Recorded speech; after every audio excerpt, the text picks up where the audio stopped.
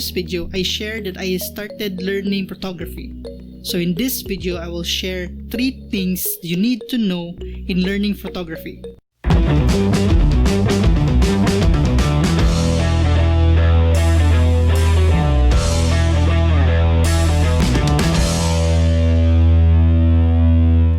Hi, welcome to my channel. If you're new here, my name is Evan Wold, and in this channel, I share things that I've experienced and learned, hoping that it would help other people, so please consider subscribing.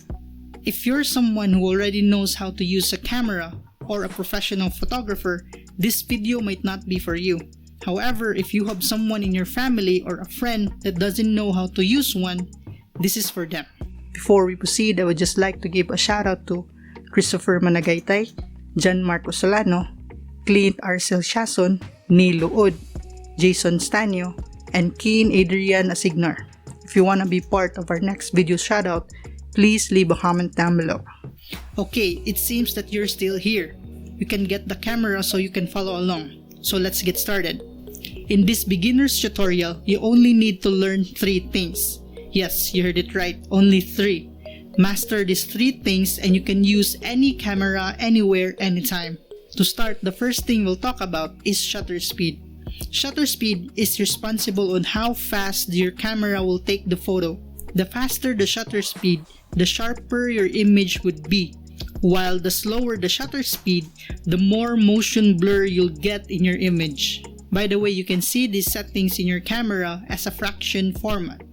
It could be 1/60, 1/100, or 1/120. To discuss what I'm talking about, please see these following images. This image was shot using 1/125 frames per second.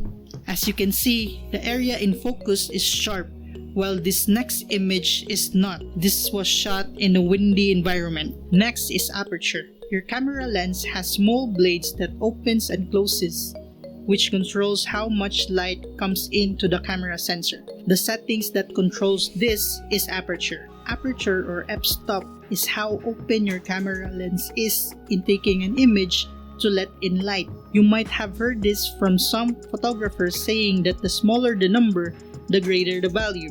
What this means is that the smaller the number you see on your camera screen, the bigger or wider your camera lens is.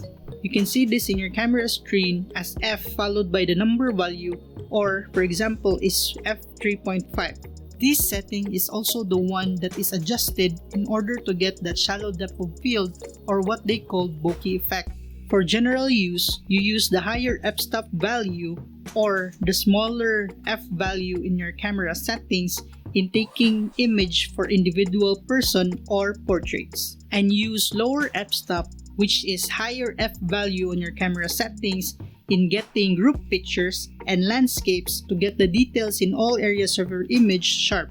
Aperture is responsible on how to separate your subject to your background, and by using the focus points, you can either blur the subject in front and have the focus on the background, like this. Let's jump to the third setting, which is ISO.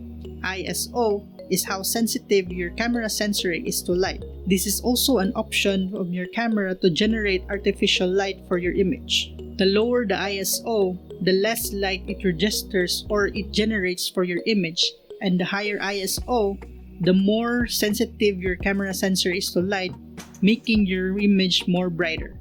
Take note that the more sensitive your camera sensor is to light, the more details it registers, which means your camera sensor will register more details, including image noise.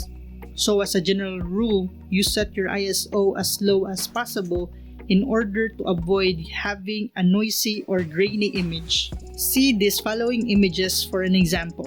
The first image is shot using 200 ISO, and as you can see on the lower left on the image, there is no noise seen, while the next image is shot using 3200 ISO, and as you can see, there's a lot of grainy or noise registered in the image. Okay, so you already know how to use these 3 camera settings. Now, in order to get the best image possible, I usually start in setting up my aperture, then my shutter speed, And lastly, my ISO. I set my aperture first depending on what image I want to take. I set my f-stop higher if I want a blurry background for my subject, and lower f-stop for group pictures or landscape. Next, I set my shutter speed, and as a general rule for myself, I avoid setting lower than 1/100 frames per second. This is to make sure that I get sharp images as much as possible.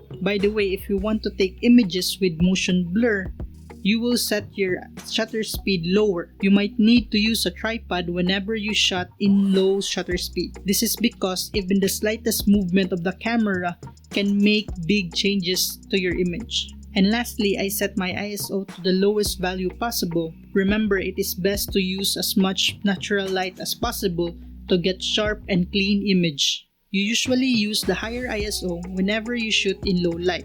Just remember that the lower the ISO, the better. You might ask, I wanna try these things but I don't have a DSLR camera. No worries, you can try to use your phone. There are some phones that offers Pro mode on their camera app. However, you might see some limitations on the settings you find in your phone. If you got value from this video, please hit that like button and please consider subscribing. Life is hard, especially when you're doing things by yourself.